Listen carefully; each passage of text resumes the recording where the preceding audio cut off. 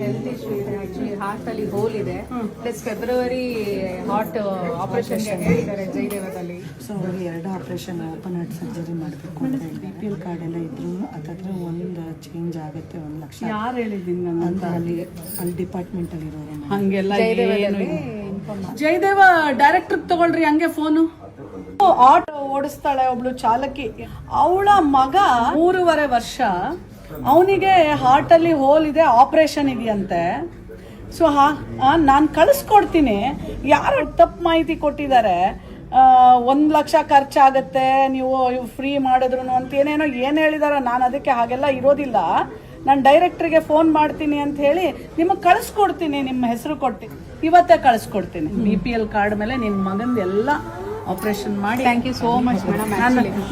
ಬೇಡ ಬೇಡ ಬೇಡವಾ. ಜಗದೊಳಗೆ ಮೊದಲು ಜನಿಸಿದಳು, ಹುಡುಕಿದರೆ ಮೂಲ ಸಿಗದೈ, ಬದುಕುವುದ ಕಲಿಸ